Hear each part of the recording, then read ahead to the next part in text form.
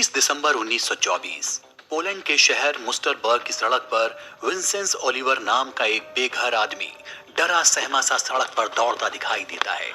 Oliver के सिर पर किसी ने कुल्हाड़ी से वार किया था। उसका पूरा शरीर खून से लथपथ था और वो मदद की गुहार लगा रहा था।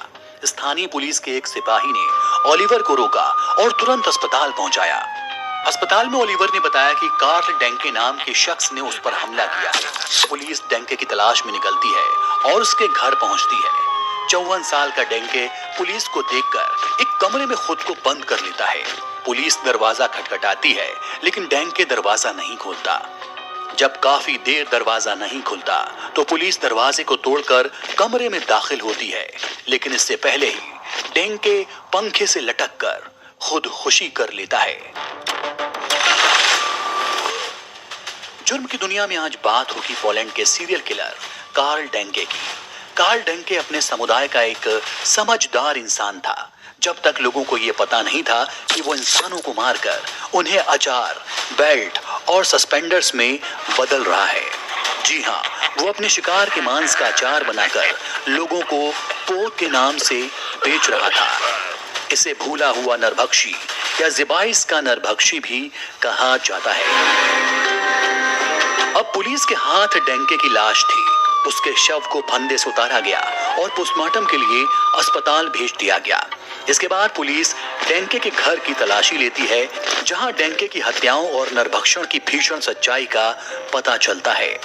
डेंके का एक बही खाता हाथ लगता है जिसमें कम से कम 30 पीड़ितों के नाम दर्ज किए गए थे।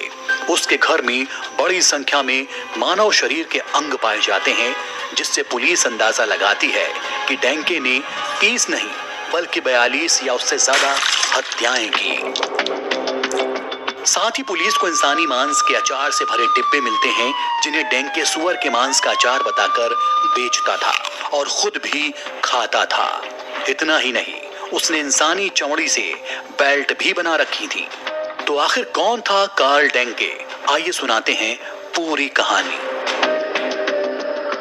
कार्ल डेंके बचपन से ऐसा नहीं था। वो पोलैंड और जर्मनी की सीमा के पास रहने वाले सम्मानित और धनी किसानों के परिवार से था।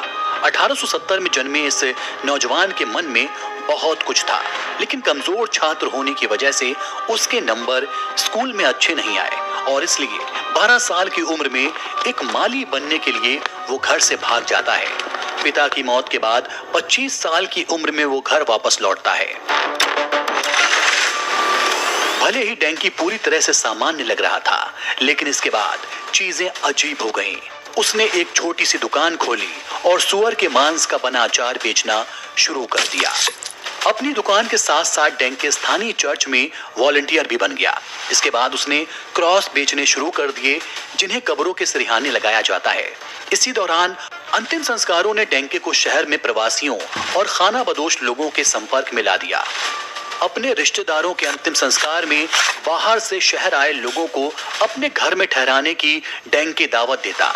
डेंके के घर में कम से कम 40 लोग तो गए, लेकिन जिंदा वापस नहीं आए। बेघर लोग न केवल डेंके की दुकान से कभी जीवित बाहर निकले, बल्कि वो उसकी दुकान के उत्पाद भी बन गए। डेंके का दिमाग पूरी तरह से हैवान हो चुका था। वो मानव शरीर के साथ ऐसे बर्ताव करता था मानो वो कोई जानवर हो। उसने मानव मांस से अचार, बेल्ट और सस्पेंडर्स बनाने शुरू कर दिए। इतना ही नहीं, वो लोगों को सुअर के मांस का अचार बताकर ही बेचता रहा। आखिर एक 56 साल का बूढ़ा शरीफ इंसान जो नियमित चर्च जाता था, लोगों की सेवा करता था, एक सीरियल किलर कैसे बन गया? ये बात किसी को हजम नहीं हो रही थी। लेकिन डेंके ऐसा क्यों कर रहा था, उसकी भी एक वजह थी। दरअसल प्रथम विश्व युद्ध के बाद के प्रभावों ने जर्मनी को झकझोर कर रख दिया था। पोलैंड का वो क्षेत्र जहां डेंके रहता था, पहले विश्व युद्ध में जर्मन नियंत्रण में था। युद्ध की वजह से महंगाई बढ़ गई थी। आर्थिक अवसाद और हताशा की वजह से डेंके ने दुकान को मुफ्त में चलाने का फैसला किया।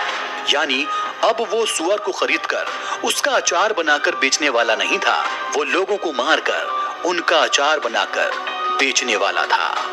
इसके बाद उसने लोगों को अपने घर में बुलाना शुरू किया और उनको मारकर उनका अचार बनाकर बाजार में बेचने लगा।